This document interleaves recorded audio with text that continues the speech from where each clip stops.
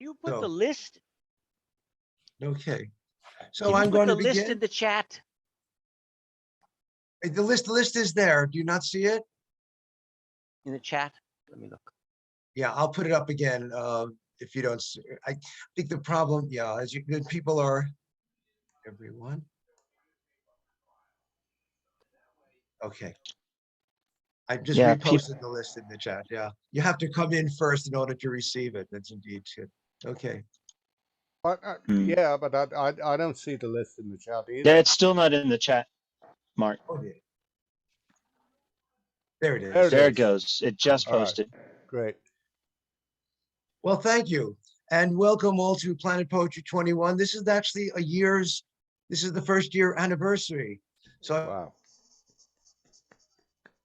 I've done 12 of it. It all started as an idea of when I started sharing screen, when presenting poems, and I realized how much I kind of liked that opportunity, especially on Zoom. We were here on these little squares and trying to perform for each other with very limited microphone and very limited eye contact. And for me, it worked very well, and it became an anthology of sorts. Every month, it's posted on YouTube, like a poetry magazine, an anthology. And I find I'm finding the best going to open mics and finding such talent and such wonderful poets all around to contribute to this has been a great honor. To me, this is where poetry lives today. I mean, we all have books, so we can self-publish or get books published and all that. But to me, this is one of the places where poetry truly lives amongst us poets here sharing this type of event. And I'm very grateful for all of you for joining us. So I'm Mark Fishbein. I'm a poet with a guitar, like that's my email, which I find most comfortable to use. And I'm a chancellor of the Poetry Academy. They gave me that title, being the eldest of the group.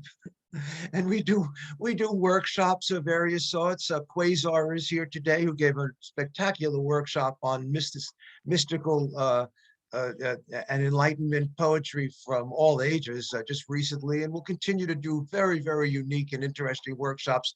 So please keep in touch with me about them.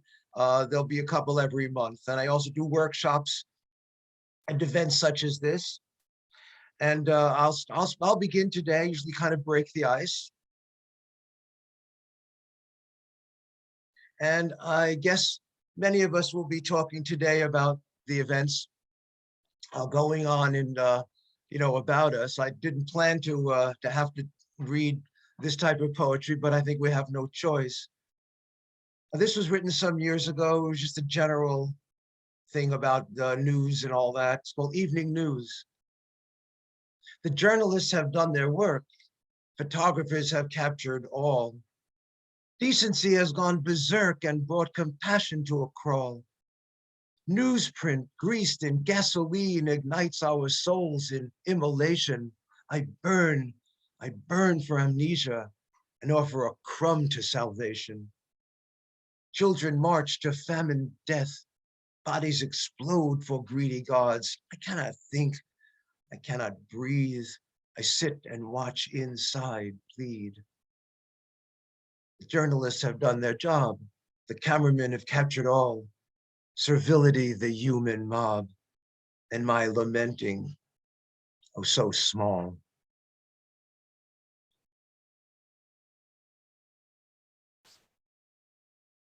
This was a poem I wrote some time ago, but I was thinking about some of the documentaries I had seen about some of the Russian troops in Chechnya were quite brutal in many different levels. And it reminded me of them now going, of course, in Ukraine. The cruelty of the wolf. We cannot begin to consider the end of war until we cease all forms of torture and rape. UN Resolution 3452. The wolves bite off chunks of a body in cages of stone and metal.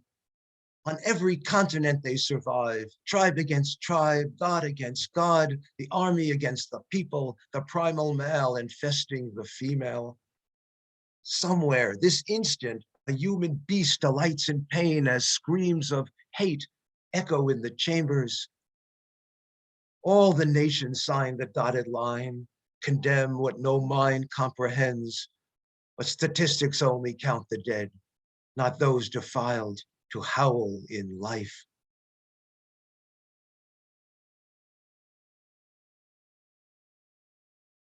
And my last two poems are about Ukraine. It's interesting how point of view kind of changes in a diary kind of a way. This is how I felt in December when the buildup was just starting to happen.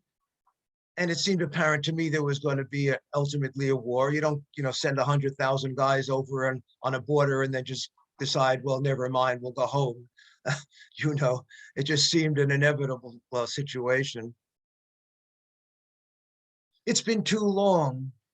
Time for another war. Put on the helmets, sharpen the spears. This rage has been brewing, cannot ignore. The point of no return has passed for years.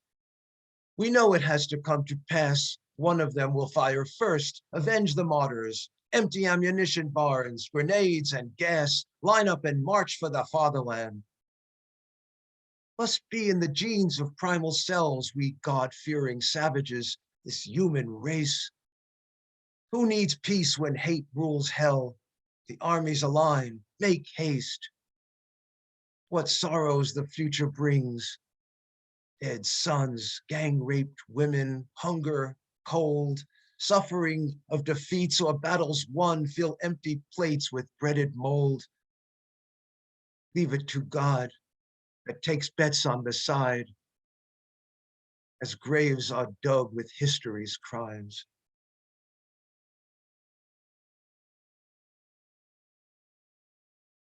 And then there was Today in History.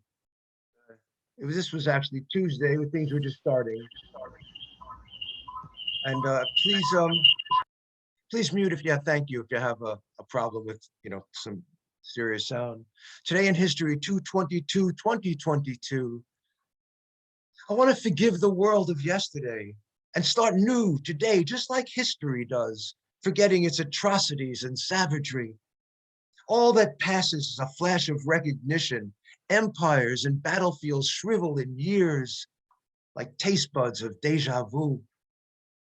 Better to pass this stormy day in limbo while the monster of history marches on.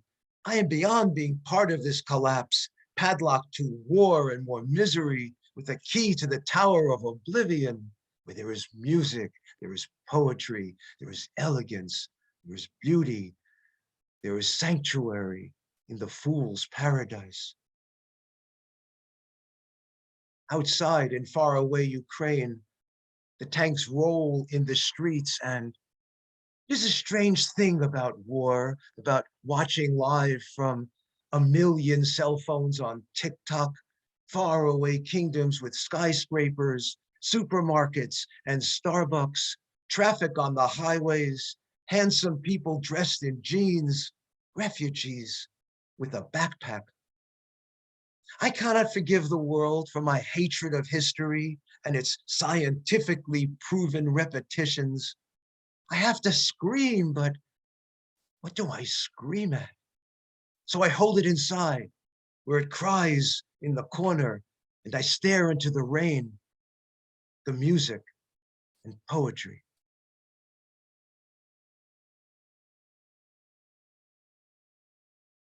And thank you. Well, that's Bravo. my 2 cents of our helplessness in this insane situation to some extent, but maybe if we all do poetry, we'll have a chance. Our next poet is Unmesh Mohitkar. Unmesh is a dear inspiration and friend to me for a couple of years now. He introduced me to the idea of performance poetry at a whole new level.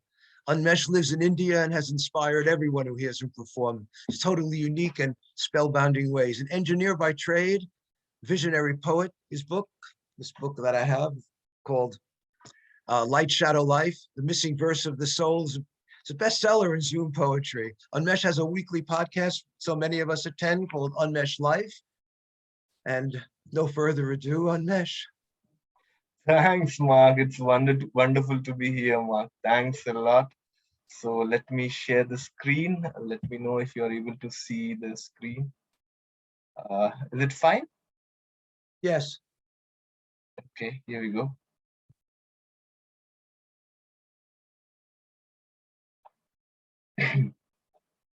War. Okay, here we go now. War outside. War within. Peace, suffering, trust broken into pieces, sensex falling, stocks failing, anxiety dancing blatantly in the bazaars of insecurity. Want to be suspended securely in peace within an ocean of turbulence. My window dirty, day as dark as night. My mind reminds me of cleaning and cleansing I need, washing and rinsing of glasses through which I see the world. I look for my glasses. In the corner they are broken and deserted. I am all right. You are all right. If we all are all right, by eyes so remote, creases on the forehead, smile sitting in the corner of a dark, empty cinema hall, looking at the unlit dark screen. My control on my life, as good as my Latin, which I don't know at all. The language of life, crossword puzzle, every day, fresh newspaper, fresh rubble, news on the TV.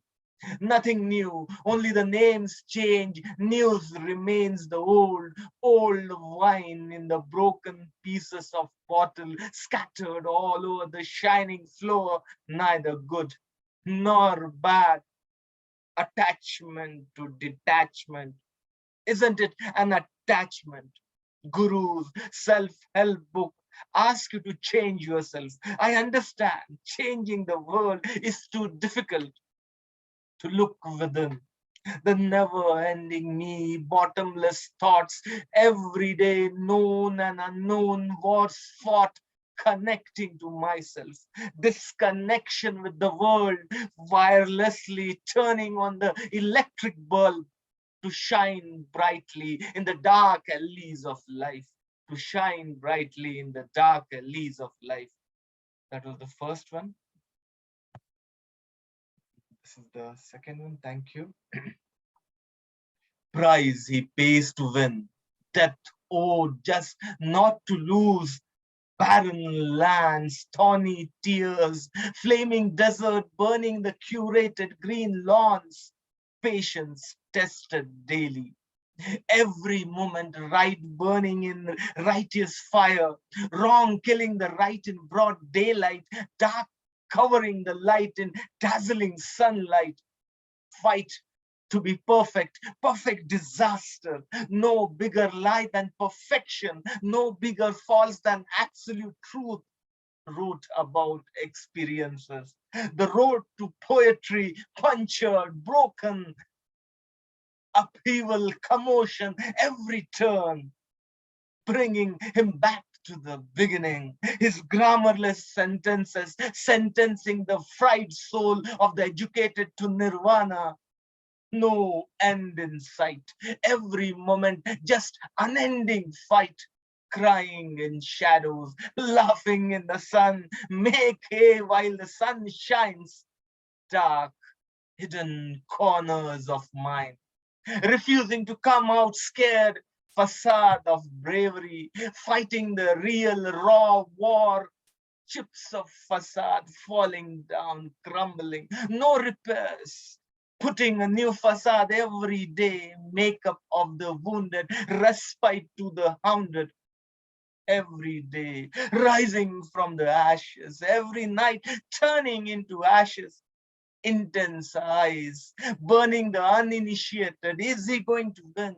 Is he going to keep on fighting? Is the wine bottle going to age? Is he going to age gracefully? Nameless street dogs experiences the freedom. Named people jailed for life. named people jailed for life. Thank you. Thanks a lot. Hmm. It's always great to hear you, Unmesh. Thank you. Bride, Thank you. bride souls of the educated to Good work, nirvana. Unmesh. Yes, yeah, thank you, Unmesh. Very passionate read as always. For sharing. Well, next poet is also from India.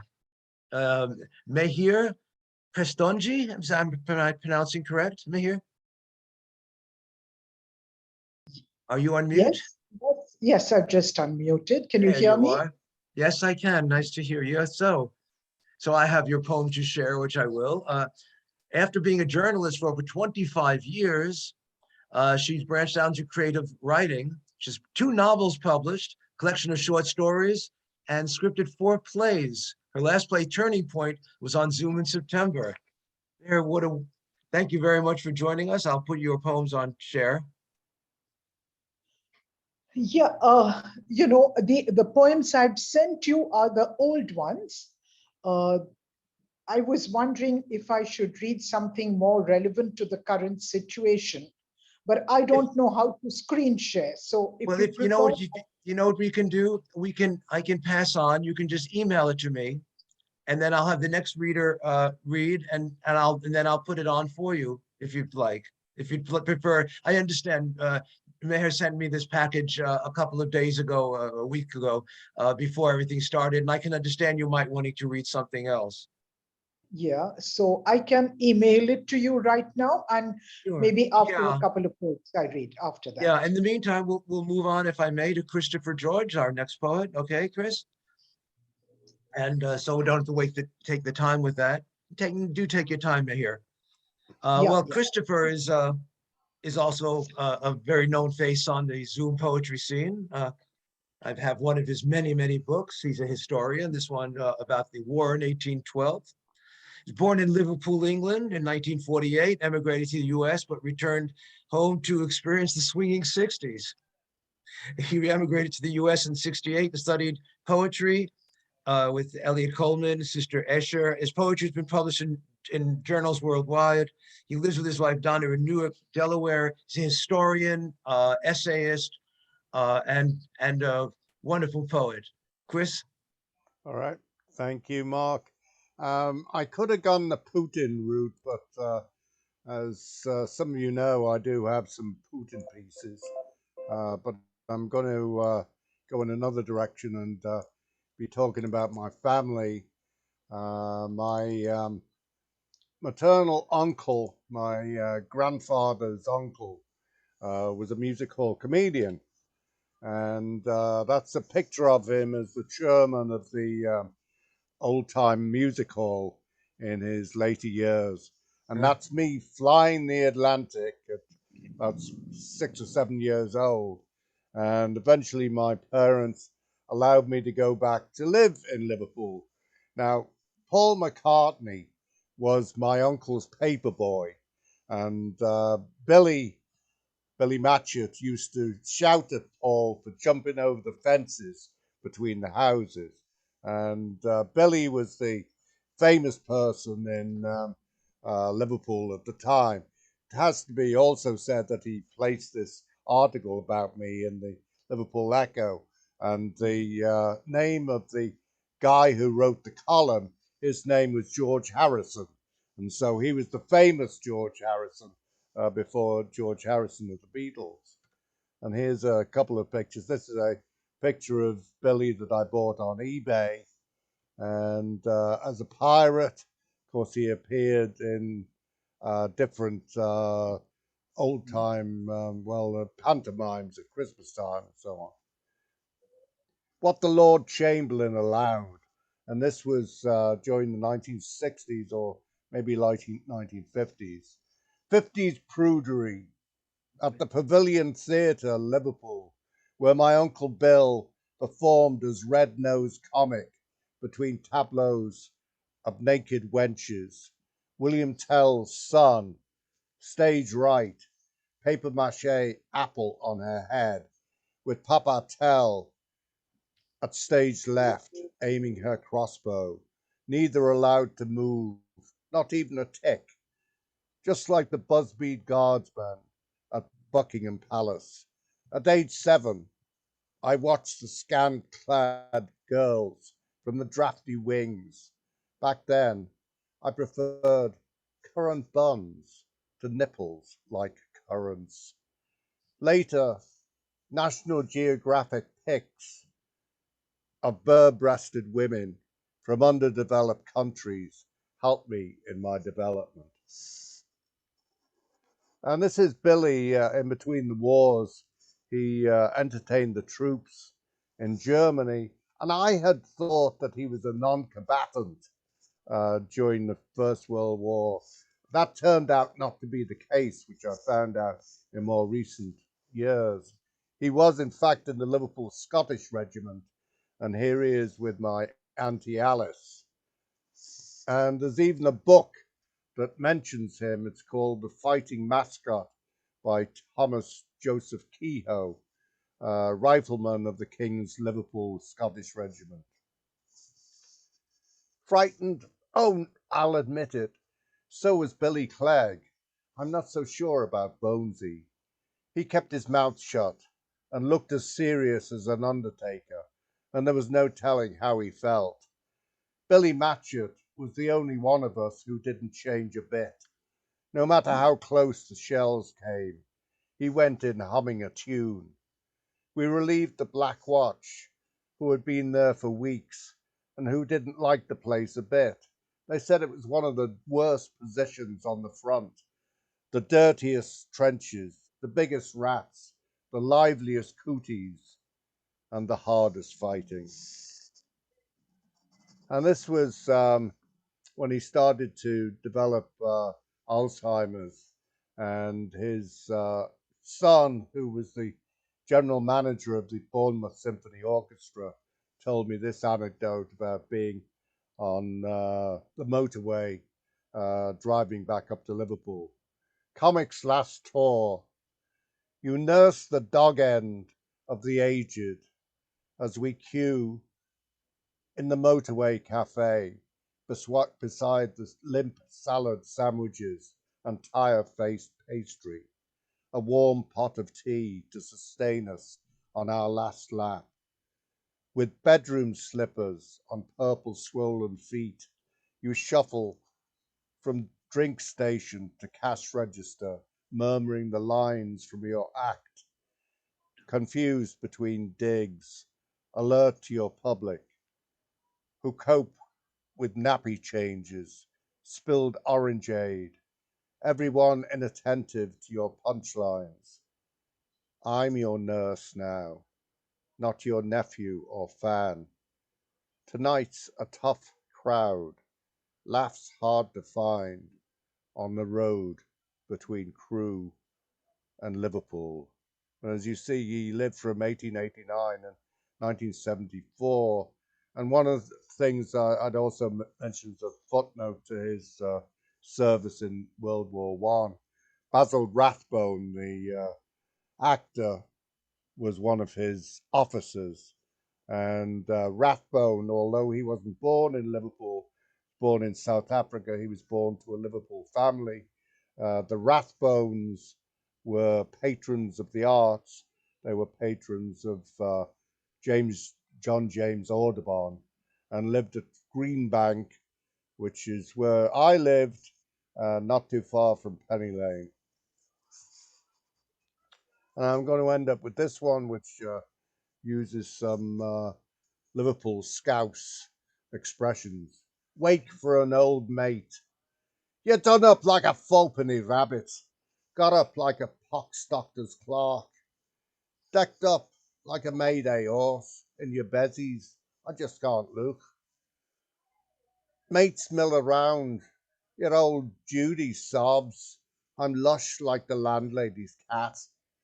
Kayleed on crater and blackened hands, paralytic drunk at your wake, mate. You was under the arm for a spell, had the Cairo crud, the Rangoon runs, sawdust was coming out of your knees, under the crotch on an urgent note. The father gave the special blessing. Now you're gone, and I'm feeling antwacky. That'll do you. Got up in your duds. That's put the top hat on it, mate. Thanks, everyone.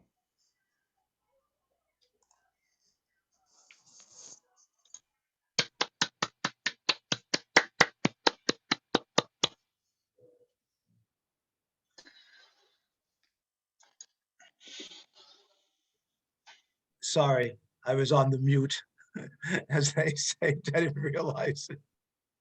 Thank you. Thank you, Chris. I'll look for those limp salad sandwiches that you some other quite amazing lines. Thank you. Yes, Meher, I just received your poem.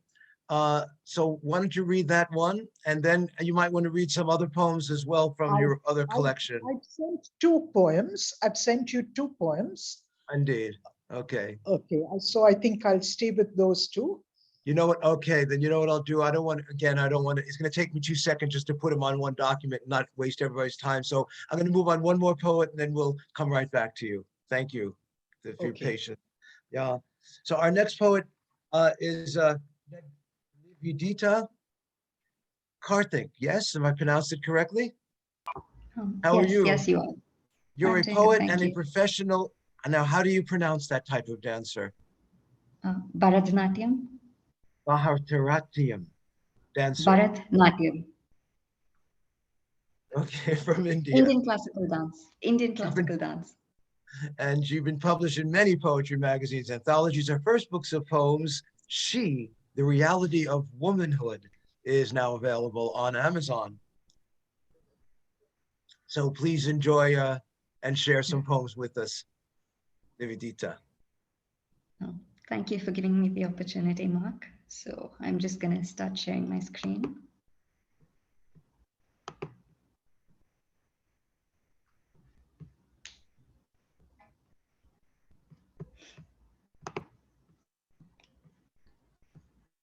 Is my screen visible?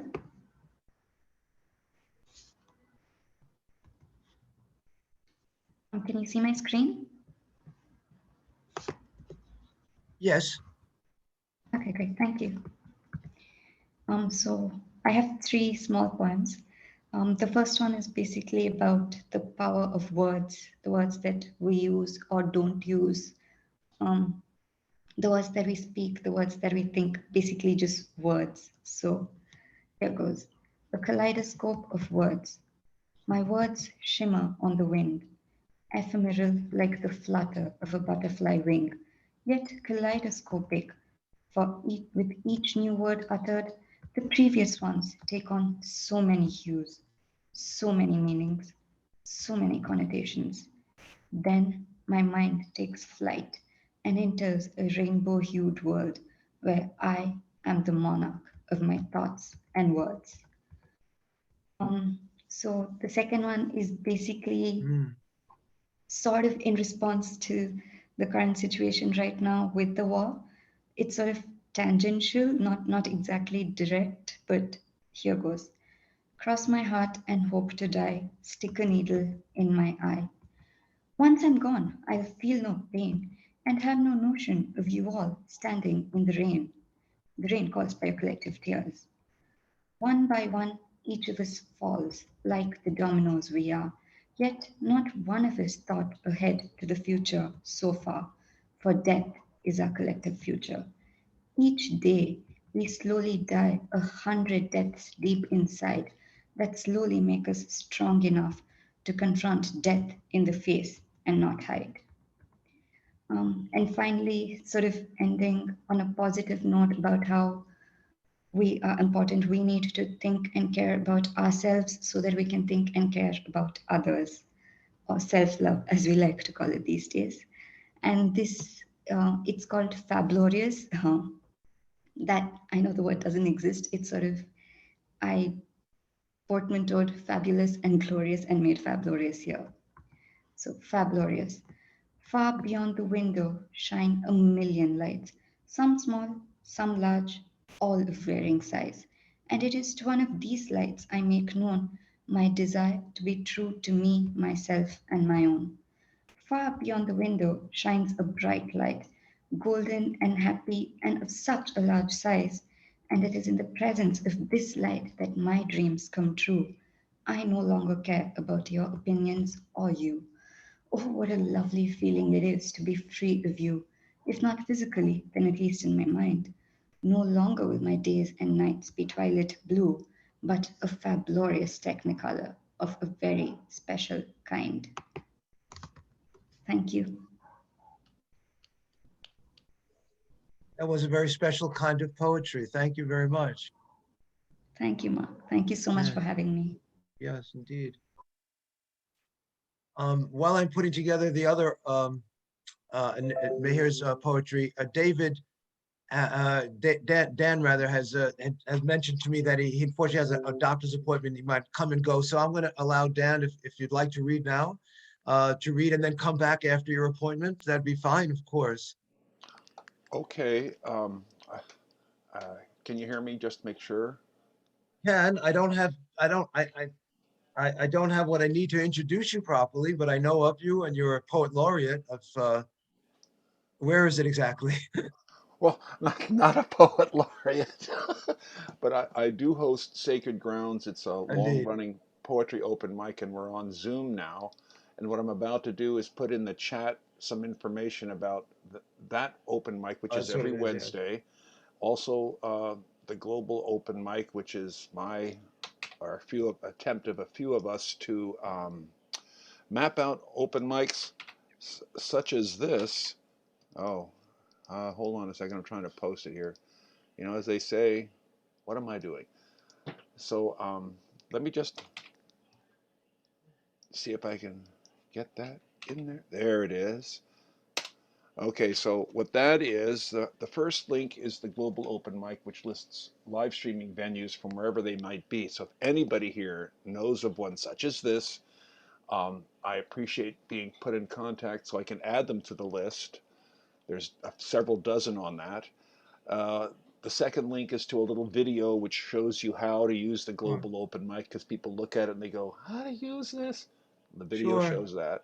Sure. You know, everybody also you all can put your various links in the chat after your reading, so we can all follow you. Indeed, that would be great. And then I'm looking for the poem I'd want to read. I don't have it on the computer to share yet. Oh, I'm going to put Mehir's off. Okay, thank you. Okay, yeah, and sure. then I'll get the poem I want to read. Oh, I remember the name. God bless me. Thank you. We'll get you in a second. All right. Mehir, I only found this one in an email, so why don't you start with this? Which one is that? Death in Numbers. Okay. This was actually written during the COVID, but I think it's as appropriate in a war situation as well. Death in numbers. Numbers numb, blinding us to faces, bodies, persons. 1,000 deaths shock without pain. A single death is mourned when it's a known person. Each number in the 1,000 has a face, a family devastated by death. Every death creates mourners who won't forget why. They will refuse to be reduced to numbers for election rallies. Their grief will bounce out of graves as ghosts, deadlier than the virus, to crush men who only think numbers. No forgetting, no forgiving. And yes, the next one in this vein, or do you want me to read one of the earlier poems? Yeah, I'm going to put on the screen your other poems that you had sent to me. Okay. The coconuts, and I think is the first one. Coconuts without water. Without water. Yeah, you're going to have it in a second. Yeah, just let me get it? Well, you can also read it on the screen here, as you'll see. One sec. I have it for you if you could see it. Yeah, I've got it on my own. Very Yes. This Coconuts Without Water was also written during the COVID situation. During lockdown, we weren't allowed to go anywhere. So I would walk on my rooftop during the evenings, every evening. And a lot of poems were written during when I was on the rooftop. So this is one of them. Coconuts Without Water. Lockdown evenings, I walk on the rooftop to be greeted by coconut tree arms waving at me. Trees that soared from sea to sky with silhouettes commanding the beach have all been dwarfed by the city skyline, imposing steel on the street. Arrow-straight trunks uncluttered with branches. Just one sec. This thing is arrow-straight trunks uncluttered with branches shot out of earth, though stuck in concrete trenches. Roots dug deep into grainy sand as malls and apartments gobbled up the land. Nestled into fronds, gracious green curved, huddle baby coconuts shyly hiding in mother's skirt. Theirs is a generation stunted from birth without any water to fill their girth. Brown and shriveled, they sit in the sun, sucking dry nipples till they become one with coarse fiber to be spun into mats to wipe feet from. Coconuts without water, eggs without yolks, lifeless. Now I walk with head bent, contemplatively, aware of coconut eyes staring at me. I'm from the race that's become a disgrace, siphoning earth's water, blind to their mournful gaze. Thank you. You wish to read one more for us then? Is this one or the next one? Do you have a preference? I can read Street Girl Among My Migrants. Sure, thank you. Lovely poem. So, okay, just one sec. I'll just get it.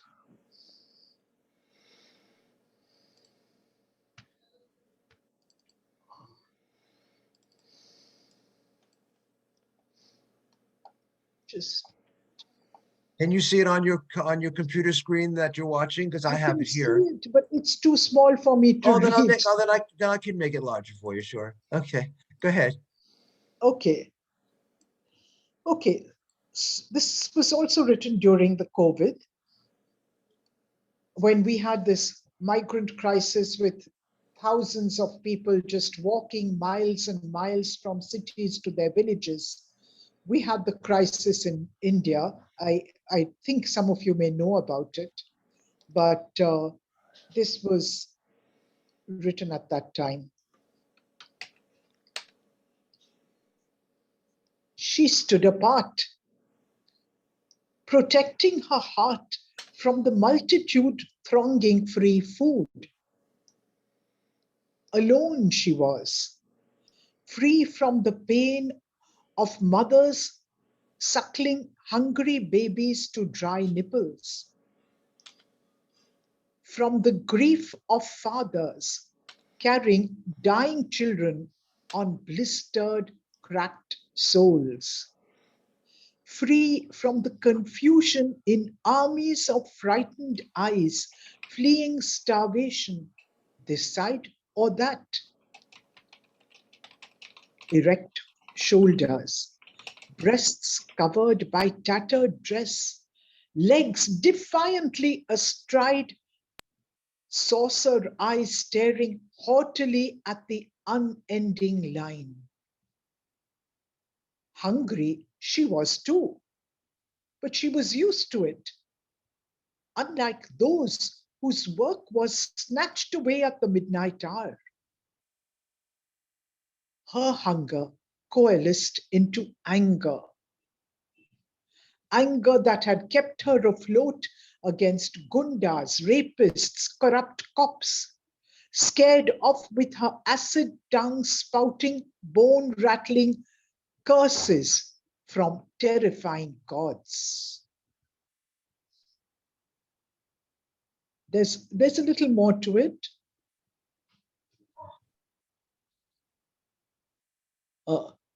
Her mission to inject her voice into kids with bleached hair like her own, fill them with the anger she has known, which alone can be their weapon to survive. Hmm. Thank you. Hmm. Hmm. Thank you. Thank you. I just got caught up in that last line. I thought maybe that was it. It was a strikingly good line as well. But I'm glad that you ended the poem as you did. Thank you, Mayor. That was a really lovely grouping of poems for a prose writer and a playwright as well. Had good sound to it. Thank you very much. So I was going to allow Dan to read next because he had to go and then he'll come back. So Dan, are you ready? I hope you could just unmute yourself. Yes, I'm ready, and I can share my screen. Is that possible? Oh, I should hope so. All right, let me just do that then, because there's a poem on there that I'm going to use. You can see that now? Yes, we can. All right, so this is called Glory, and it was written a few years back, but it's still, here we go. Glory. Of glory I write, and flags, and more, of causes so great as drive the chariot of war, of banners and pennants, and the crimson on their cloth, bugling, fifes, and rulers' wrath, of those brightly young, so handsome, so whole, courageous, and strong, of the surety they couldn't possibly be wrong. Of glory I write, and flags and more, of marching and pride, of bullets and gore. In these deepening days we live in a pall. Battle is now modern, not simple at all.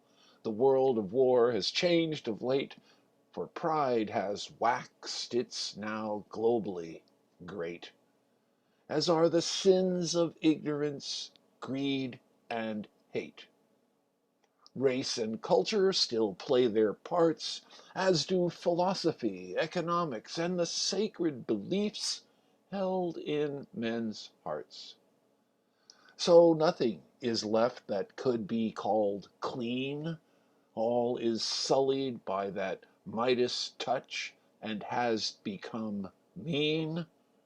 Every hand has its own form of that damned stain. Every dream has been taken and turned into pain.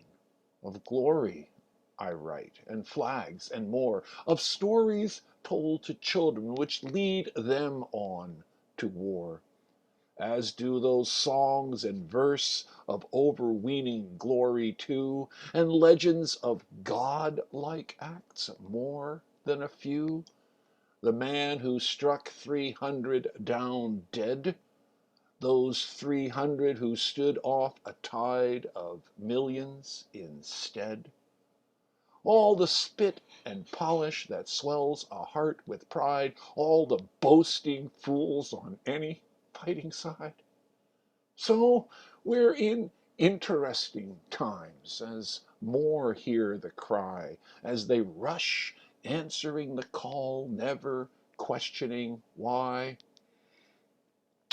Would that the world give up its torturous dread that has made human history so drippingly red, that has cut the yield of promising lives, who then march along with their damned honored dead. So, mothers will weep and lovers moan, while fathers walk it off and sigh alone. Yet millions don uniforms today as before, while further millions all cheering wish them well. And millions will die evening the score, and this will continue until that rough beast falls into hell. So that's Thank my you. ongoing take. And I put in the chat how to attend the little Sure. Sacred's Facebook page, and there's instructions there how to attend if you Sure. wish. That was very, that poem certainly covered a lot of territory of how we're all feeling in the modern age. Thank you. It's a wild time, and I have to go at this point, but I hope to come back and talk Oh, please more. do. Sure. Thank Okay. you, Mark, and well done. This you are just finessing this so well. Thank you all. Well, thank you. I enjoy it very, very much. Sure. Prasanna Kkumar is not here, huh? So then our next is Lauren O'Donovan. Hi, Lauren, and welcome. There, I think you're on mute as usual. Lauren is an Irish-Canadian writer. Her work has appeared in many fine publications. In 2021, she was highly commended at International Fool for Poetry Chapter Competition. She is an editor of Same Page Anthology and co-founder of Lime Square Poets. And I've heard her poetry once before. I was immediately had to try to get in touch with you to try to help me read here on poetry, on Planet Poetry 28. And welcome, Lauren. Thanks so much, Mark. Just thank you. I'm so honored that you asked me to read, and I'm so enjoying this. Thank you to all the other poets. The poem that I have for you, it is a found poem. It's an erasure poem from one of the transcripts, the debate transcripts between Trump and Biden. So it's really just a poem about, you know, the people who are in charge of our world and the power that they have and all that. So it is kind of a bit COVID themed, but I think it is relevant to, you know, what's going on in the world, I suppose, every day. But yeah, thank you very much for the opportunity to read again. So hopefully now my share screen will start working. Can everyone see that? Perfectly. Great. It's China's fault. Good evening, everyone. Good evening. Thank you all for being here. The audience has promised to remain silent. No cheers, boos, or other interruptions. On behalf of the voters, I ask you to please speak one at a time. And so with that, if you're ready, let's start. This horrible disease came from China. We're fighting it, and we're fighting it hard. Spikes and surges, soon gone. It's coming, it's ready, it's going to be announced. Operation Warp Speed. We have a problem that's a worldwide problem. This is a worldwide problem. It will go away. We're rounding the turn, we're rounding the corner, it's going away. 200,000 dead. There are 1,000 deaths a day now, 1,000 deaths a day, another 200,000 dead between now and the end of the year. If we just wore those masks, we can save lives. Absolutely tragic. This is the same fellow who said, this is going to end by Easter. The same fellow who said, we're going to end this by the summer. I will take care of this. I will end this. I will make sure we have a plan. We're going into a dark winter, a dark winter. I don't think we're going to have a dark winter. Every single move that he said we should make, that's what we've done. We've done all of it. 99.9% of young people recover. 99% of people recover. We have to recover.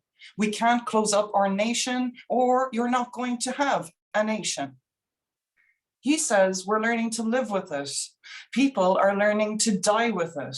Your home will have an empty chair at the kitchen table this morning. That man or wife tonight, reaching to try to touch out of habit where wife or husband was, gone.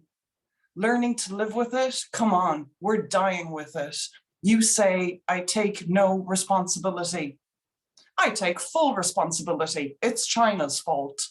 Same fellow who said, don't worry, it's going to go away. It'll be gone by Easter. Don't worry, warm weather. Don't worry, inject bleach. We're about to lose 200,000 more people. I didn't say either of those things. You certainly did. You certainly did. The cost of shutdowns, the impact on the economy, the higher rates of hunger, depression, domestic and substance abuse outweigh the risk of exposure. Shut down the virus, not the country. He should, instead of in a sand trap at his golf course, he should give the people the capacity to do it safely. A lot of money, ventilation systems, smaller classes, more teachers, more. We're not going to have a country, can't keep this country closed. This is a massive country. People are losing their jobs, they're committing suicide, there's depression, alcohol, drugs at a level nobody's seen before. There's abuse, tremendous abuse. It's a ghost town, a ghost town. Businesses with no money, businesses are dying. It was vibrant, it's dying, everyone's leaving. We have to open our country. The cure cannot be worse than the problem. Blue, red, killed financially. Sell short, you bring up, you shouldn't bring up. You're the one that takes money from. We don't need money, we have plenty of money. I didn't say either of those things. You certainly did. You certainly did. So that's the end of that one, and a bit heavy. And as I was saying, that's a found erasure poem from the transcript of one of the Biden-Trump debates. So then just to finish up on something, a bit, might give you a little smile today, I hope, considering the state of the world. Here's just a little one called Jack Frost. Jack Frost wakes on the first night of winter, gathers brushes and small pots of snow white. Wearing clothes woven from threads of soft ice, he yawns and sighs, then sets sail on moonlight. Jack paints windows with snowflakes and fern leaves, carves airy sculptures from hoarfrost crystals. He constructs each chill masterpiece with ease, while wind and tree gossip. Jack's the real deal. Earth's artist in residence since the start, but much changed since abiogenesis. Now Jack thinks the job description too strict, from palette to form, too many limits. So he gave notice, just 3 weeks to wait. Then he's going to live in Italy and airbrush nude portraits.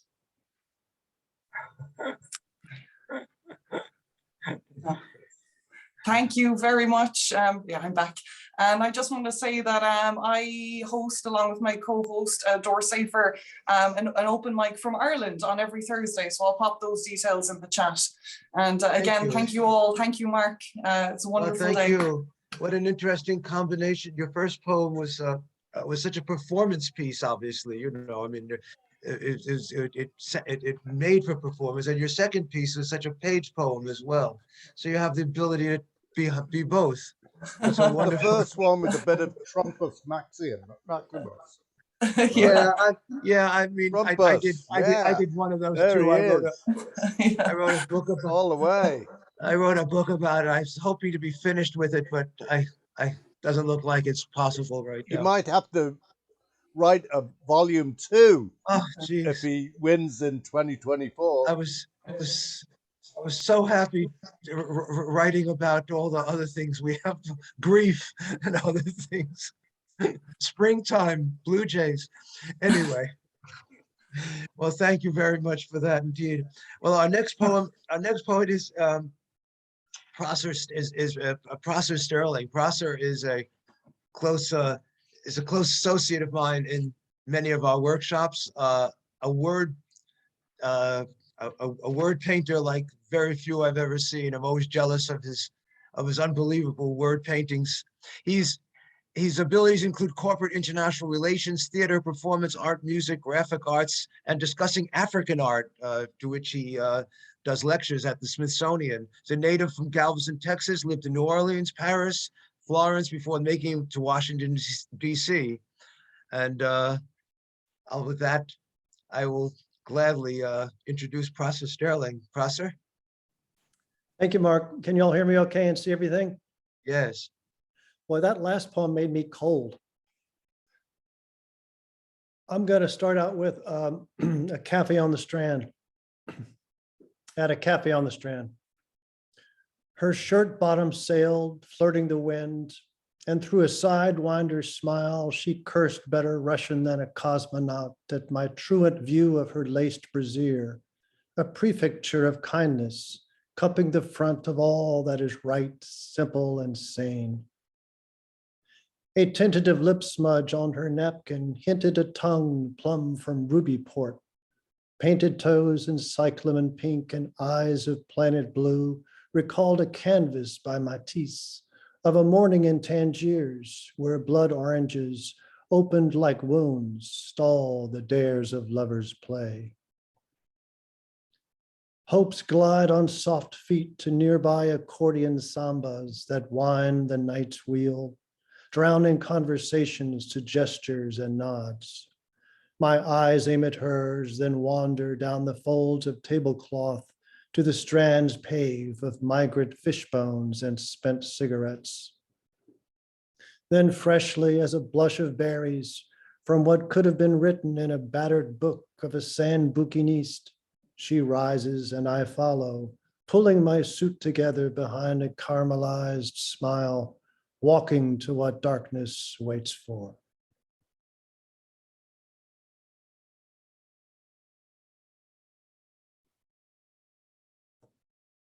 This next one's called Matinal.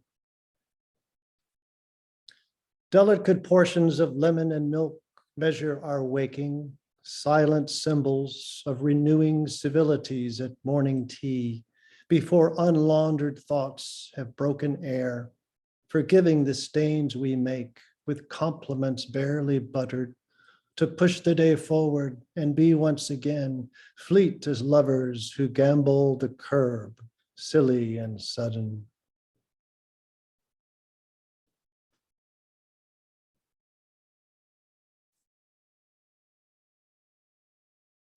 This next one is called St. Anne's. Though a dervish of pigeons could explain above the steeple of St. Anne's, or was it the bells themselves that struck a set of shadows striping the street below? Bare was the air between us in the quickness of winter when you pinched at the buttons of my coat to reach in. There in the gap of a laugh, you looked up, brows arching high as a halo, to patterns of wing burst falling and flowing as we walked alongside St. Anne's.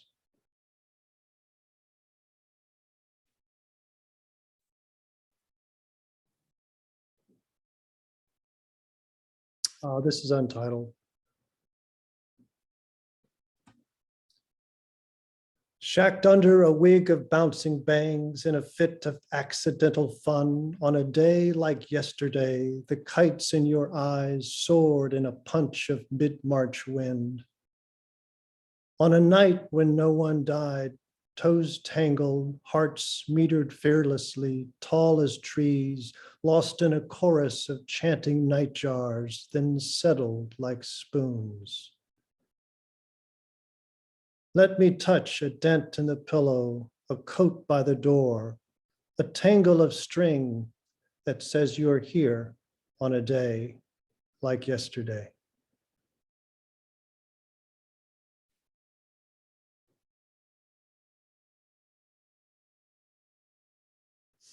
My final poem is entitled Ogygia. The asterisk denotes that Ogygia is the island of Calypso, who imprisoned Ulysses in Homer's Odyssey. Ogygia has let me go, though I bear my jaws as tight as the teeth of a saw to cry back at Calypso, how small a fly she appears, pinned to her jetty like a barnacle, the only thing moving, her hair. I laid with her, unbuttoned and unpearled. She knew I went where danger breaks and spread like fire, that I made fear stay low and unfed till down to the weight of a starling. And when longing for home found the place where salt goes to cry, the tears that tumble are not its own, but raindrops that once fell on the sea of Ionia. For this I was kept, though no ransom was my poor estate in shallow breath. Unopened were her promises in twisted bows. For this I cry. Stormy petrels capped in the sky as I launch away in gray to dog and cat from captive shore. Sails lean free to tilt over waves and elope with a fathering wind once again. Fini. Fini. Oh, Prosser. You know, I think I read somewhere that good prose makes you want to turn the page, you know, to keep on reading, you know. But good poetry wants to keep you on the page. And every time I see your poems, I'm so glad that now I have them recorded in there. You can see them on YouTube, because some of those guys, you just want to go over each line after line and go, wow. And thank you very much. That's all I can say. Well, Thank you very Mark. much. And I know that you have a place, an account that you sell some of these lines. They're for sale. If any of us need certain image, no? Not for sale right now. Thank you, Not Mark. for sale. Okay. It's been a privilege. Thank you very much for that. Well, our next poet is also part of the community workshop that I host and very proud of. It's David. David Siller. You're here, David? Sirois, yeah. David Sirois, I'm sorry. Like I have two Davids. I have two Davids, and I realized your last name now. I'm going first with David Sirois, and then with David Siller, who's part of the work. So David and I are also part of the Poetry Academy and the poets workshops. He's doing one on Rumi in a couple of weeks, which we're going to send out a lot of information to. David is a very, very known and popular personage in the Zoom poetry world. He's a Canadian-born poet. Has been published 111 more. You wrote this some time ago, so it has to be much more than 111 by now. 120. 120, twice in 13 countries, including works of translation, has been translated in 9 languages. Parisian for 7 years, now hosts it from Canada. Global open mic, spoken word Paris every Tuesday, which I love to attend, amongst others. And he's a singer-songwriter, radio DJ, film theater critic, and has many books of poetry and publications, much too numerous to mention. And always my great privilege to mention my friend and faculty member, David Sirois. Thanks a million. 12 languages now. Holy wow. Happy Mahashivaratri to those who celebrate. It's my favorite day of the year. Shiny night, great night of Lord Shiva. So I'm going to read a few lines from my dreams. These are actual lines I dreamt and wrote down, and then a new poem. So one sec, I'll share my screen. Thanks so much for having me, Mark. Great to be here. And here we go to Word. All right. From words heard or seen in dreams, it's like a 70-page volume now. A picture in the paper of a person fallen flat on the sidewalk may make our bones feel how fortunate they are to move freely. Do you think a flower is aware of its effect on people? Absolutely. It feels its beauty freeing us to feel the beauty inside. All these deities I have to thread together, fragments of divinity. Without doubt, you need chant. This living school is not what you planned. A citation from David Sirois. All I ever know is that I'm alive right now. Sometimes I feel my work on a poem is done because God has heard. The light he writes on paper, it comes to be miraculously. The words are leaves that fell from God. Be quiet now, don't scream, that would wake them from their dream. A lot of you already know the body needs saturated care. Poetry, it's always written privately. You must determine the time.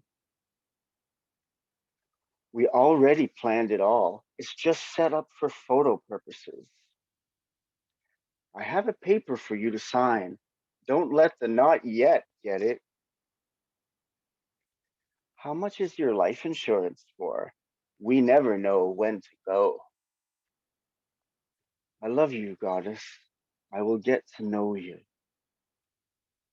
Share a big share by getting ready. Ballroom dance of sun and moon.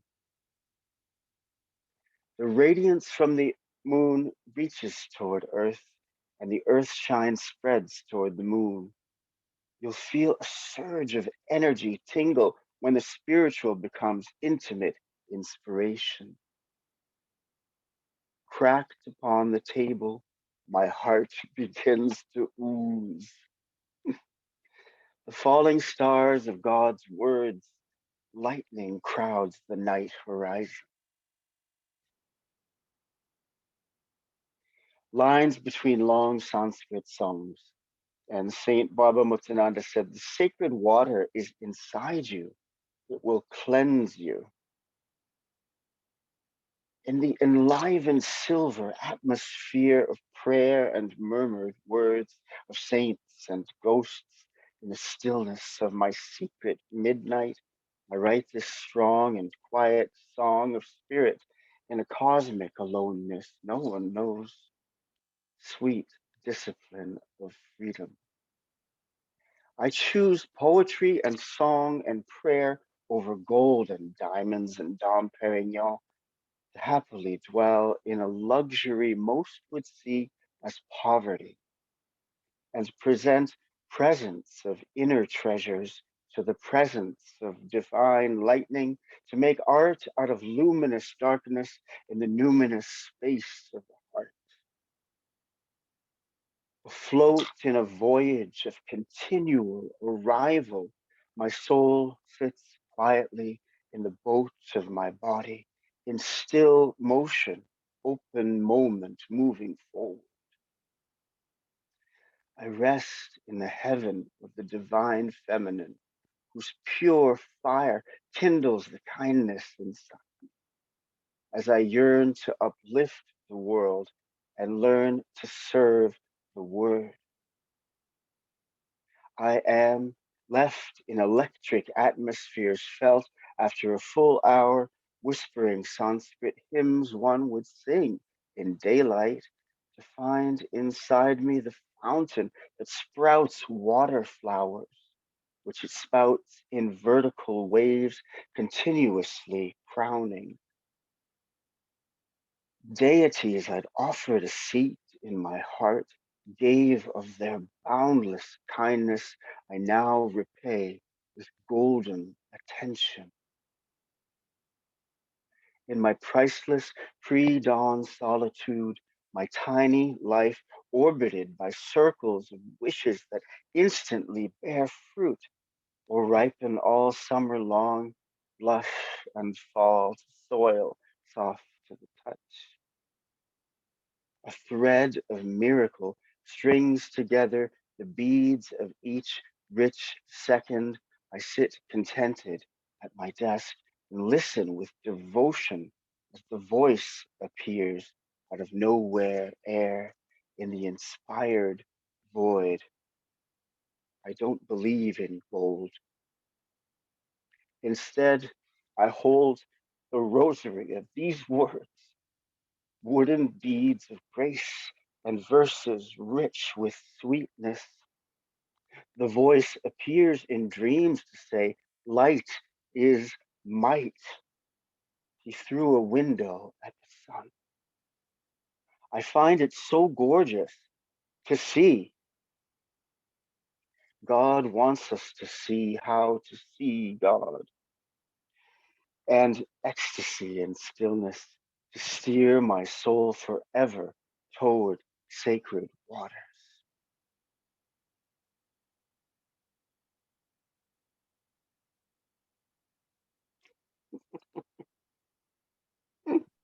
Oh, David, wow, thank you. Wow, you've been on this road. It's just wonderful. This wonderful enlightenment. I mean, just great craft, just the right amount of adjectives, you know? I mean, you say it so lyrically, so elegantly, but not overdone. Oh, It's thanks. just really Thanks. well crafted. Thank you. Well crafted and it's inspiring poetry. Thanks. All the poetry today, as of course, has been so, as always on these events. It's just amazing the quality and spirit of poetry around the world today, and all the great voices. I'm beyond myself. That's great, David. Thank you. Thank you very much. Thank you. David, of course, you can get in touch with a zillion different ways. Just leave something in the chat. He's all over the place and runs wonderful events and all that. So please join us. Next is Natalie Borenstein. Hi, Natalie. Thanks for when everybody else went. Had Natalie, then David, Walter, Laura, and Ian. Everybody's still here. So and people will come and, you know, it is what, but we're here and it's all very good. Thank you for hanging in there. Natalie is a student in England. She's passionate about dialogue between the literary and the philosophical. Her poems, a bundle of experiences, reflections, and wandering imagination. Her most recent venture, setting up the Aurum Journal, a platform for writers and artists. Well, nice to have a student here. We're all students. Hello, thank you for having me. It's been so wonderful so far. I believe I sent you my poems as part of the share file. Oh, they're in the chat file. I sent you an email with the document. Oh dear. Or the share file. Let me see if let me check. Have that. If I missed it, we'll just pass on and I'll have it in a second. We'll just resend if I somehow missed it. I don't want to take everybody's time up looking.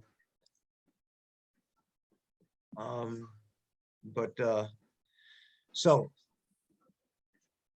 yeah, somehow it must have passed through. Just resend it to me if you'd be so kind, and we'll just move on, and then I'll get right back to you. Okay. Thank you very much. So next, David Siller, who I'd mentioned before is part of the workshop group that I have. David's based in Queens. He's a fellow Francophile, teaches French literature, poet translator, occasional actor, and he's focused on poetry and theater. And I've always found his work to be just a perfect hybrid between sometimes performance and sometimes page. Just has a great attitude in his poems. You'll always find him at waxy and poetic. We have just great time together. David, take it away. Yeah, thanks, Mark. It's the stuff has been great as usual for Planet Poetry, and it's always such good quality stuff. So I'm just going to share. I don't usually introduce my poems too much. I hope they kind of speak for themselves. But I did want to sort of say that W.S. Merwin always says that all poems are political. So I think everything we're doing today is in response to the insanity of Russia's actions and for people of Ukraine. Let's give them some support. This poem is called Closed Captioned. Steady soul music, indistinct murmuring, heavy breathing, thrashing and thudding, grunts and gasps, panting. Panting, tense music, grunts and gasps, indistinct murmuring, thrashing and thudding, heavy breathing, deep breathing, panting, thrashing and thudding, soft dramatic music, indistinct murmuring, grunts and gasps. Grunts and gasps, deep breathing, indistinct murmuring, panting, quiet jazz music, thrashing and thudding. Thrashing and thudding, grunts and gasps, unsettling music, raspy breathing, panting, indistinct murmuring, thrashing and thudding, panting, grunts and gasps, heavy breathing, soft string music, thrashing and thudding and panting, indistinct murmuring, grunts and gasps, deep breathing, and fading music. This next one is, I knew Prosser was going to be here today, a friend of mine, and so I thought I'd read this one too. I quite enjoyed this one. It's called Variations on a Theme from a Headline. 1. A large hole is being dug to contain your grief, and the cleared trees will turn to paper to pen your story, and the uproots will scratch sky and wind, gesticulate in fruitless motions to stop.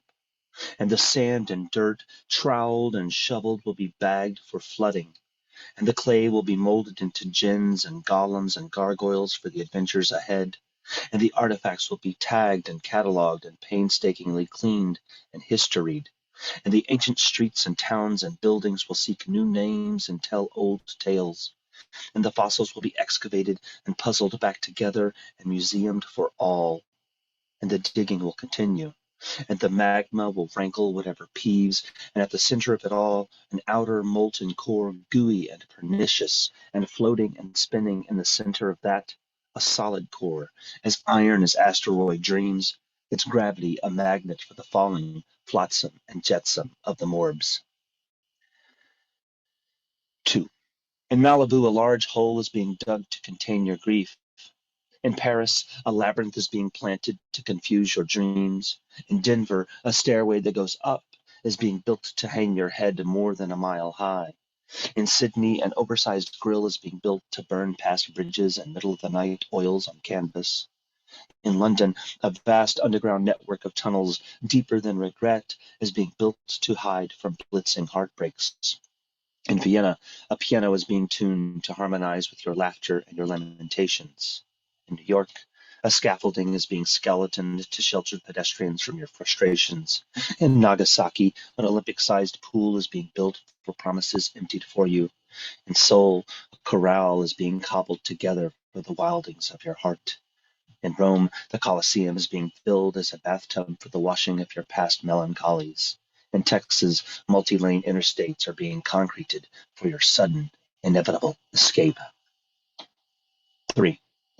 A large hole is being dug to contain your grief. Yeet into it, the singed and fully soaked teddy bear, the dented and empty pillow, the scattered ashes of broken wishes, the warped and dusty bookshelves unable to bear book weight. A discarded subway train is being coral reefed to soak your tears. Scuba through it and see the waving hellos and undulating goodbyes of kelp and seagrasses. Follow the wagging caudal fins of clownfish. Be zinged by regal tangs. Tread with hawksbill turtles. Beware the yellow-bellied sea snake and the southern stingray and the gray reef shark. A thimble is being forged to hold your anger. If there's extra, let it evaporate into the midsummer air. If it is scant, place it on your middle finger and push your needled grievances through a bright, stubborn fabric. If it is full, turn it over and sit until one leg falls asleep. Fields and pastures are being plowed and furrowed. Sow them, cultivate with mirth and whimsy, reap your wonder and marvels and wisdom, guard against the chittering critters of moonless nights and starless days. A large hole is being quilted, patchwork of phonographs and photographs, monographs and lithographs, blanket in the comfort of memory and song and daydream, so that later you may discover the refurbished you. Thank you. Well, thank you, David. That's what you get when you mix somebody that's equally influenced by Kerouac and Baudelaire. Good You work, get David. Thank you. an inner beatnik of some sort. That was really wonderful. And I'm also grateful at this point, myself, and maybe some of you as well. I'm grateful for the sharing in that your focus after an hour and a half of listening to poetry, your focus can start to waver a bit. So the fact that it's there in front of me and I can read along with it keeps me focused. So I feel that you who'll be reading in the last part of this event will get you due. We'll be able to see your work, and our focus can just kind of hang in there for you. A lot of the events I know take place for 3 and 4 hours. I find that a little challenging, to say the least, but maybe young people are a little bit more more into it. So I'm going to continue. I'm going to go back, if I may, to Natalie. I have her poems. Then we have Walter, then Laura, and we'll finish with Ian, who came in a little late. And thank you very much for your patience, all, indeed. Hello. Well, it's quite something to follow. I love the imagery and it's very moving. Which one? Oh, was it this one, I think? Yes. Here you go. Can you see So it? this first one, Mandata Noctis, is about that time in the evening when the sun has just set and darkness is descending and color is being drained from the world and you start to see only gray. You realize it only gradually. I think it puts you in touch with something rather surreal. Reduction is the first order of the night. Verdant palaces set crumbling by dying light cloak themselves afresh in crushed carbon, dressed in swathes of grey by a lunar vestry. The mistress of the robes drowns earth's pigment in a sea of drained absinthe. Faux gold, darkness steals amber from honey-drenched summer meadows, festering and selfish in its throne of monochrome, like a child discovering the power of negation. You may not have red or orange or yellow or green or indigo or violet. The rainbow is mine yet. And then the day wanes further. The dark abyss orders geometry's execution. Forms slip into blurs, slip into catatonic mists, where only dabs of black and apparition white survive night's revolution. The reaper composes its decedal. Listen. Listen to the tyrant's cries for dissolution, reality come illusion, crying death to the shadow man. Night's vacuum swells with paradolic whispers, which into imagination's infinity fall like conkers. Rounded truths with no tangible center, no objective core from which to derive visual law, only the dark decalogue. Temenos. This one is about how your mental state can manipulate your perception of time. There exists a marked-off holy place in the recesses of summer evenings, when the sun has scorched the Elasian grasses into submission with the gaze that murdered Icarus. It is a languid place of power, serenity tinged with the foreign dynamism of the throbbing golden orb. In this place, small stone pillars wedged haphazardly into the soil are the impressive heads of Easter Island, and the beds of clovers underfoot amass their leaves in fours. In this place, the dandelion clock clings to its feathered seeds as the falcon to its prey. Time is not permitted to knock upon the doors of the Temenos. I left this place to seek it, to blow the parachute seeds beyond the reverie and watch them climb upon the weaving winds. I succeeded. I found time lurking beyond the threatening heads, ran past the moa as they cried expressionless warnings. So it would seem, for I am stepped out far and cannot remember the route to the Temenos and its masthead sun, that god of stagnant hours. My dandelion's withered crown crumbles in my fist. I seek the land that once was mine, and now.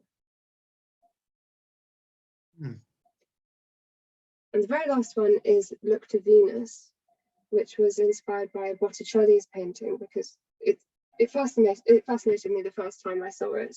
Yeah, Natalie, Yes. your mic, you've seen your microphone. If everyone else has heard also, it's gone from a very high pitch to a very low pitch, kind of switched in as you were reading. Oh, okay.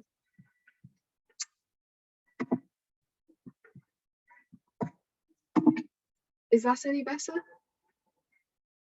For me, it's fine. It just kind of switched to amplification of some sort in the center. I just want to know if you're aware.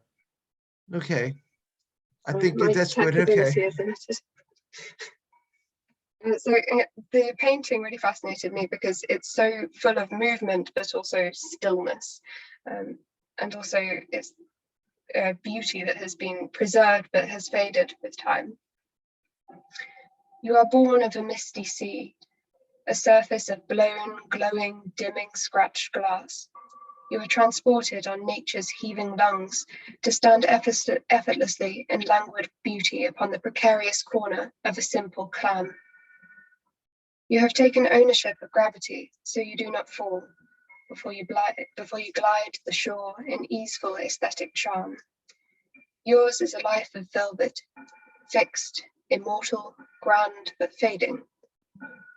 Even the beauty of the gods is time's plaything. The colours are losing their voices and becoming mute.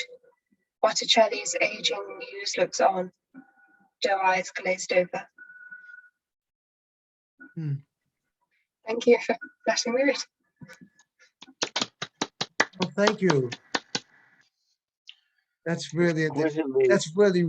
very well crafted poem. Very well crafted poetry.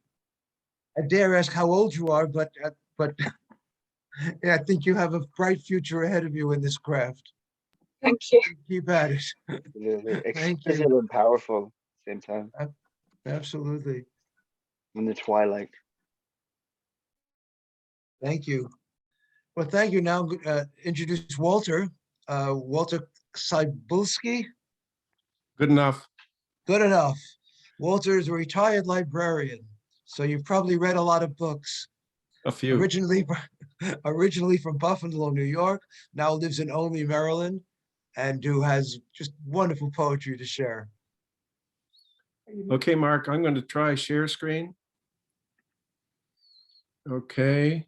How do I do this? Desktop. File.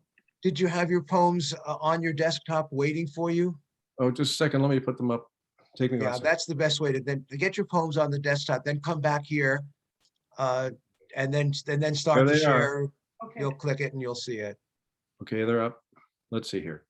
Now I'll go come back. Yeah. Then hit the share button. All right. Sorry, everybody. That's okay. Where are you? Where did you go? Zoomulus. Okay. Okay. I don't want to do that. Damn it. You should be able to find the green button at the bottom. Yeah, the trouble is I've lost the screen. All right. Just a second. Just hit your Zoom tab. You'll see a little box come up and then you can build this up. If not, you can just, rather than stress, you can just email it to me and I can just move on to Laura. I had this all ready to go. Okay. Yeah, that happens. Why don't you move on and I'll send these to you. Yeah, it happens. No stress, really. Better this way. Just relax. No problem. Wait a minute. Okay. Okay. You see it? No, don't. You have to hit the green, now the blue button probably. Okay, share. And it says allow Zoom to share your screen. Yeah. Open system preferences. What is that about? Forget it. Another time. Send me an email. Okay. It's okay. I'll talk to you later about it. All right, Laura, thank you for waiting, and everyone. This happens. I mean, that's okay. I mean, it's soon we'll all the share thing is not as easy for people who don't do it commonly. Right. Well, Laura, Grevel is a performance poet, fiction writer, and blogger. Originally from Texas, she now lives in Europe for 21 years. Her work is eclectic, tackling immigrant experiences, narratives, politics, nature, and character sketches. Her latest collaborative YouTube video is called Girl Walking Across Europe by Poets for Refugees. Laura, thank you for joining us and for hanging in there. Thank you for including me, Mark. It's wonderful to be here and to hear the kaleidoscope of work. Really wonderful. The pieces I've picked for tonight, though written before what's happening in Ukraine, fit, and they are performing pieces, the ones I've picked. I will share, well, wait a minute. Yes, I need to press share and then find it. Okay, wait a minute. You got it. Now I'm in the wrong part. Just a moment.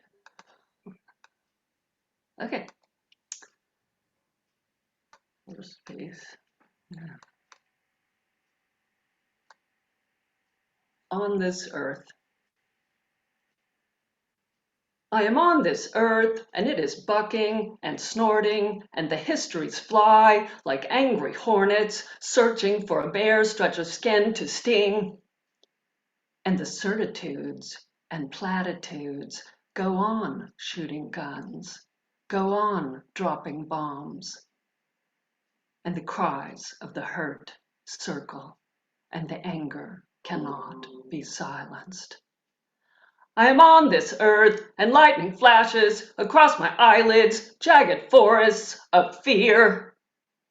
And the certitudes and platitudes walk the street in plain daylight, smug.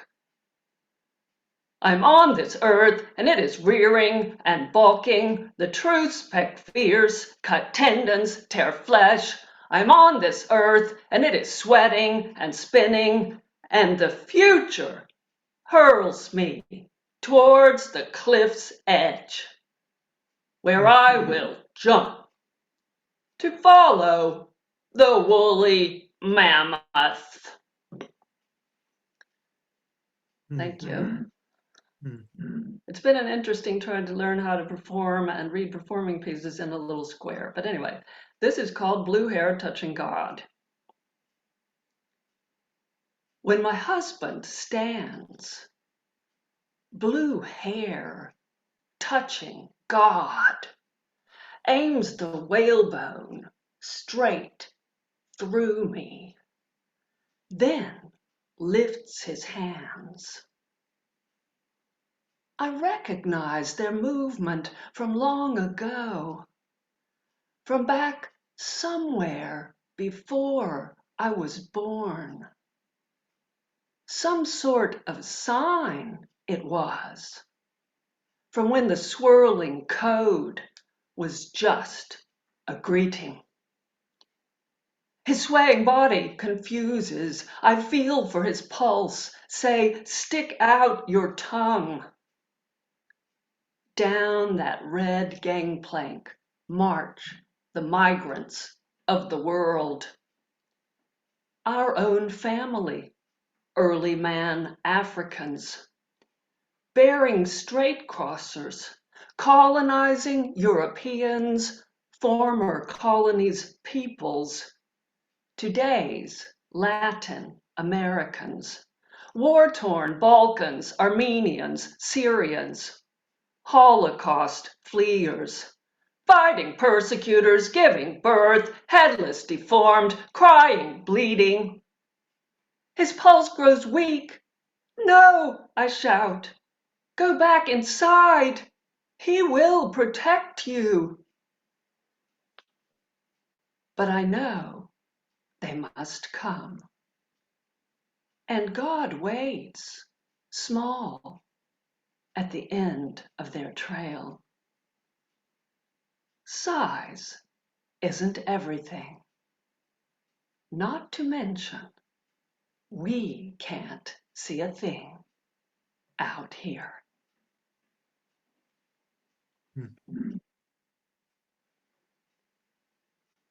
Thank you. The last piece has a word in it, Gugelhoop. Now, Gugelhoop is a Central European Germanic word that means a bundt cake, big donut-shaped cake, for those who don't know what Gugelhoop is. A lot of Central Europeans would know it, or people with some sort of background in that, in languages from there. So this piece is called Gugelhoop Lost. Google Hoof was a time when the days Google Hoofed along and we laughed and lived with babies and chickens and the goats Google Hoofing out on the pastures, making Google Hoof dances, and the milk cows sang Google Hoofing songs while kicking the milker who shouted, "Google Hoof you!" Those simple days when Google Hoof was our only worry, when Google Hoof was our hope. Before we ate the Google Hoof right up. Before they blamed us for Google Hoofing too much. Before the Hoofing sun went down and we were cast out to search anew for angels. Beautiful, Laura. Thank you very much. Yeah, and also good, very strong performance as well. Google Hoop, Google Hoop. Mm-hmm. And Yes. if people want to see the videos where there's a nice background on some of them, I'll put that in the chat. Well, I've had a cake that they call Kugel. I thought it was called Kugel. I think it might be the same thing. Huh. That's no, it's really a very powerful reading as well. The art of reading, performing on Zoom. Yeah, I did a workshop on that with the Poetry Academy and just with a bunch of performing poets that are really very good. And I picked up a lot of tips. And it is something that's kind of relevant as we are all reading on Zoom. And, you know, some people are reading like this and all that, and, you know, just some basic stuff. But it is a curious new way which we have to adopt to read in these Hollywood squares. I think you've done a nice job with it. So I have Walter. Walter, I have your poems now. Oh, here you go. I thought it was open. Oh, good. I'm sorry, hold on. That's what I got. Oh, no, I got some other thing. Okay, here you go. There you go, Walter.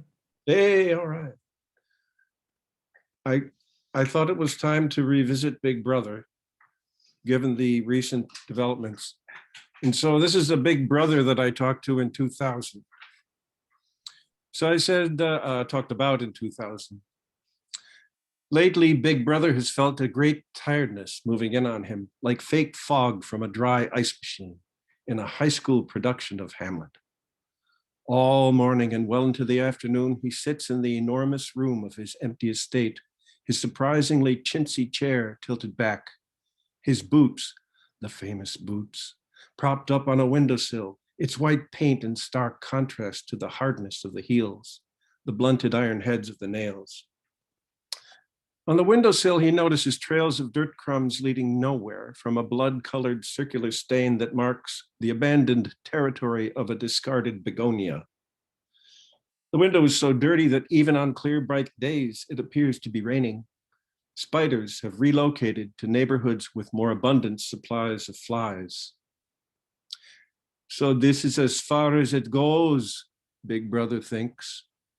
After all the secret meetings behind the Eastern Wall, the skillfully organized chaos in the public square, the occasional unfortunate but necessary execution, after purges, disappearances, corrective actions, after the printing of countless self-portraits, the installation of surveillance devices at great cost, the construction of a deep and terrifying infrastructure that left no event undetected, not even the horrified gasp at the sound of a truncheon landing on a citizen's thick head. Big Brother, it's the twilight before the onset of total darkness, when the whispering of the dead gathers momentum, becoming a relentless, deafening roar that obliterates all possibility of sleep. Unfortunately, if we continue, I have to go back and discover that Big Brother is back again. So this is Big Brother 2022. Back from your long siesta, I see. The initial horror of your latest exhumation has gone well, though your recent behavior is difficult for the rest of the world to swallow. We need to determine who you intend to kill this time around, so please clarify if you intend to attack us as well. One measure of the atrocity, of course, will be the final body count. As for the dead among your horde of weaponized stumblebums, please feel free to make use of any undamaged dumpsters until regularly scheduled trash pickups can resume. Sad, but given that you have opted for premeditated murder, none of your gang members can be considered heroes. Don't pretend to be shocked if more of your fellow Earthlings refer to you as a sick, deluded sociopath who tried to pull off a bogus land grab scheme with undisguised aggression. But when you set out to annihilate your neighbors, there's a good chance they will openly revile you. For now, until we get our sticks and stones together, please accept these potshots as a token of my contempt. I could lampoon a clown like you until the circus burns down. Not all that sincerely, son of Uncle Sam. P.S. Let us know the locations of any new mass graves. It will save our forensic teams the trouble of analyzing the satellite footage. Thanks.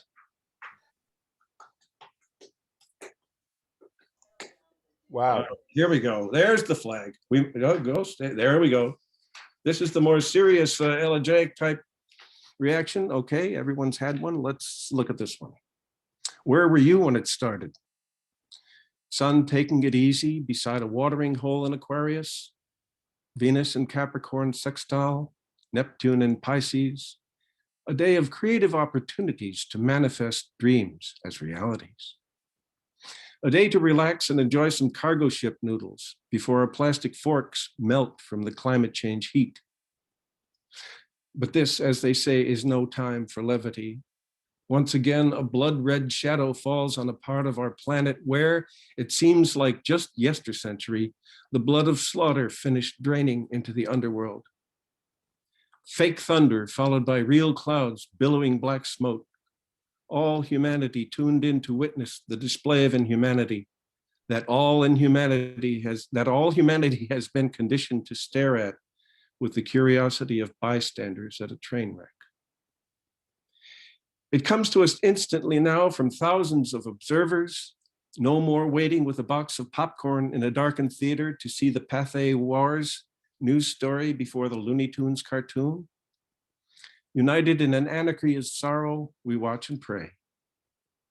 Russian soldiers look bored, lounging on the hoods of tanks, as if they'd just finished reading the instruction manual and were dying to operate the machinery of death.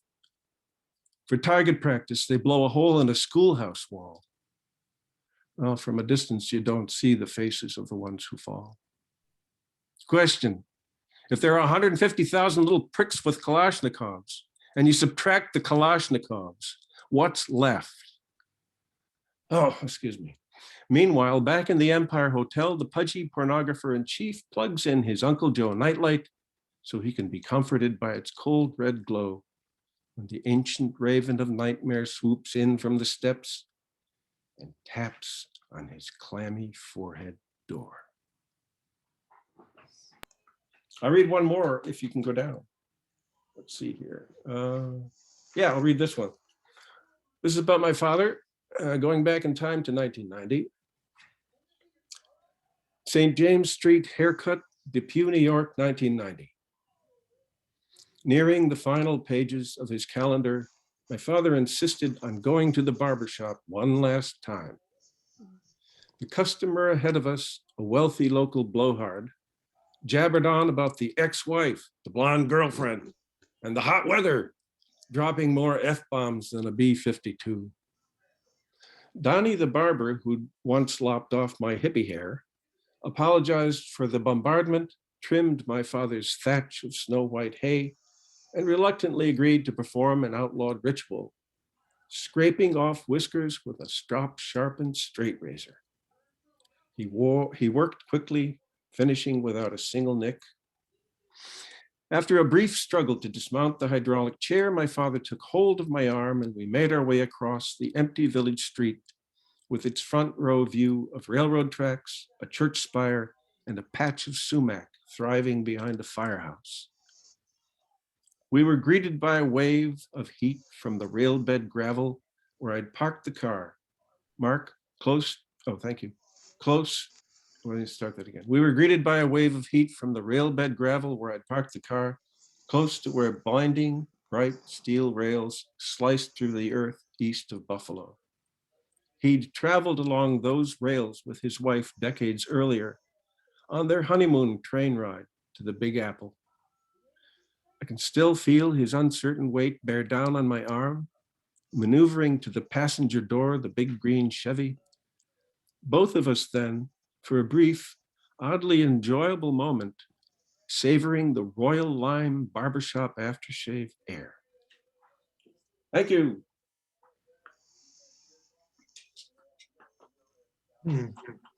Linger on there Great for a second. satire, Walter. Loved it. Thank you, Walter. Yeah, sorry, I got so engaged in this story. I just forgot to. I just forgot to scroll there. This was like that. Thank you. And certainly, good, great narrative there. Really. Well, we'll end tonight, and it's been a long wait. Thank you, Ian, for joining us and for hanging out for the whole time. And is it Ian James or Ian McKenzie? Which? Well, my real name is Ian James McKenzie. So I thought, well, if I start publishing my poems, I thought I might publish them under Ian James, which was kind of pseudonym, but it's also my real name anyway, just with the last bit left off. Well, to introduce you, you've been well, you're reading from the UK. You're writing poetry for many years on and off, but over the last 5 years, you've taken on this vocation more seriously. I wouldn't have known that in hearing your work.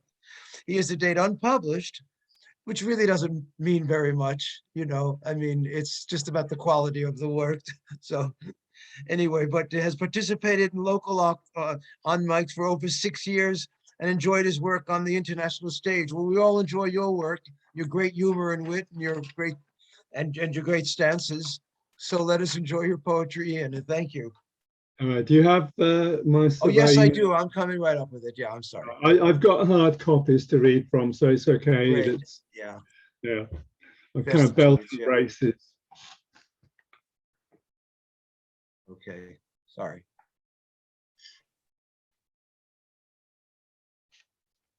Okay. Oh, that's cool, right.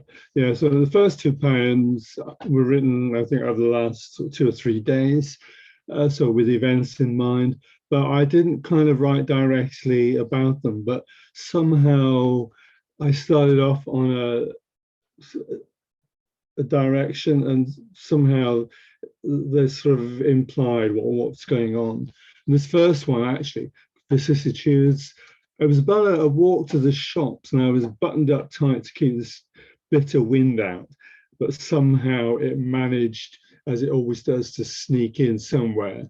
And so I was writing about that, but it somehow kind of towards the end kind of moved into something a little sort of more relevant. So vicissitudes. This wind is cutting through, unkindly latching onto anything that moves, seeking out those hidden weak points, any flimsy, unguarded chinks in your tightly wrapped up clothing, armored against the cold, insinuating itself into the soft spots of your comfort zones, probing relentlessly, exposing all of your hidden vulnerabilities tucked away in nooks and crannies. Burrowing my chin deep into my uplifted collar, I brace myself, leaning slightly forward to press on ahead. There's errands to run, stocking up to hibernate, hiding away in my cozy seclusion. And so I push on, stepping out with steadfast footfalls, brushing this brazen rush of wintry air aside, grateful for my own personal bivouac, a safe watering hole, if you please, a haven from which to watch out for and pray for others less fortunate, falling prey to the maligning maw of predatory winds. Thanks. And this next one, again, it was from a workshop prompt, which was about write a poem about weather indoors, which again, it started off like that and it kind of morphed into something slightly, something different. So it's called Testing the Waters. The chills seem to be seeping into my bones, despite the heating being on in here. A black cloud keeps following me about, casting a snarky shadow over my best intentions, whatever they may be. I'm waiting carelessly for a rejuvenated sun to pick itself up from out of the doldrums, the isobars frisking my brain in ever-tightening circles, whirling warlike and cacophonous discords, causing me consternation, keeping me wrong-footed, equivocating over what face to wear, as if there weren't more important decisions hanging around, limpidly waiting to be plucked out of these disconcerting, changeable airs. Oh, for a reliable forecast to take the sting out of all this raging uncertainty. Cheers. This next one is a bit of an older one. It's called Flowers in Bloom. I think it was just after Christmas. I saw some flowers, probably daffodils growing. I thought it was a strange time of year to see sort of flowers starting to sort of pop out of the ground. So anyway, flowers in bloom. The flowers bloomed today, which seems odd given the time of year. Their tendrils wrapped themselves around my silent inner core with a tender pulse of gratitude. I'm not sure if I'm worthy or not of their soft touch of solicitude. I accept their advances anyway. It's not often that fortune itself looks down kindly, puts in your way, takes your part, picks you up to lighten and illuminate those dark crevices festering in the dark, deep crevices festering in the dark, holds you, keeps you steady on your journey. And this last one is an older poem. It's called Song for the Floating World. And I wrote it having watched a documentary film about Hokusai, famous Japanese artist, who he lived in a place in that part of Edo, which was formerly, well, present-day Tokyo, the floating world. And I guess it was our equivalent, our Soho or Greenwich Village, red light district where all of the bohemians and arty people sort of hung out. And he used to write, sometimes he produced work when he was really down on his luck. He would just do these great paintings, and for payment, a double portion of noodles. So imagine what he could have been earning if he was painting today. Anyway, Song for the Floating World.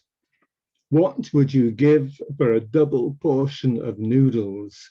A great wave in shades of Prussian blue, showering cherry blossom snowflakes over a distant sacred mountain.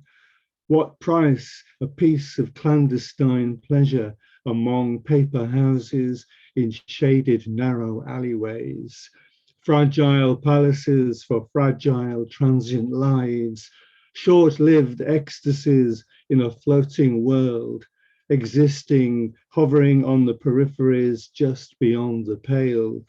Nothing is visible, everything is available. Where rivers flow like watered silk, ghosts blow in leaf-like through threadbare windows.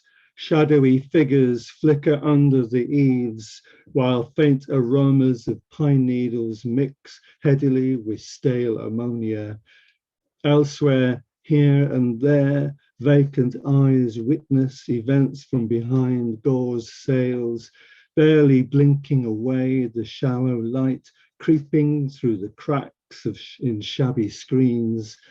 Flashes of electric yellow emerge from a leaden sky that presses down upon a pre-dawn landscape drained of colour. Welcome to the floating world where nothing is for free, where every breath draws its own toll. Thank you.